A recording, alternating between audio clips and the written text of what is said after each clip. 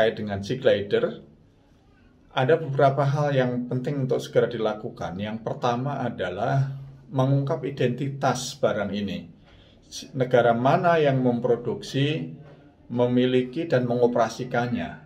Ini penting karena yang memproduksi dan mengoperasikan boleh jadi negara yang sama, boleh jadi negara yang berbeda.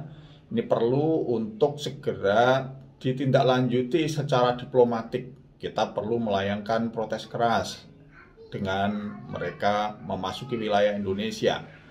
Yang kedua, kita perlu tahu apa yang sudah dikerjakan, data-data apa yang diambil, direkod, dan dikirimkan balik ke pengoperasinya.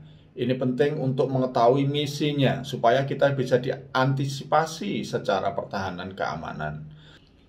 Selama ini lingkungan strategis di Laut Cina Selatan itu memanas. Negara-negara yang terlibat itu melakukan pemantauan, mencari data-data lawan itu dari alat-alat peralatan yang mereka miliki secara canggih itu dari kejauhan.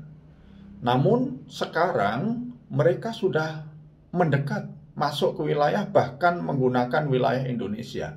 Ini artinya adalah bahwa konflik di wilayah Laut Cina Selatan dan Pasifik ini sudah memasuki tahap berikutnya, tahap yang lebih panas. Maka kita sebagai negara besar yang punya wilayah kelautan yang sangat luas, dan kita menganut politik bebas dan aktif.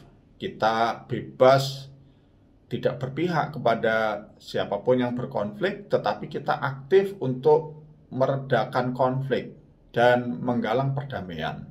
Ini penting untuk sekali lagi kita sadari bahwa konflik ini semakin lama bukan semakin reda, tetapi semakin panas. Nah, tentu kita sebagai Indonesia perlu mempersiapkan diri supaya wilayah kita ini tidak dijadikan wilayah konflik.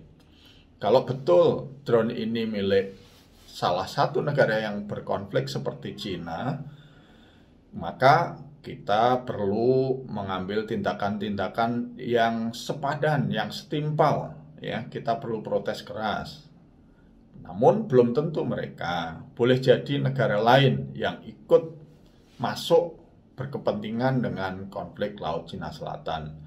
Maka kita perlu hati-hati, tidak perlu tergesa-gesa saling menunjuk, teliti, namun jangan terlambat. Terima kasih.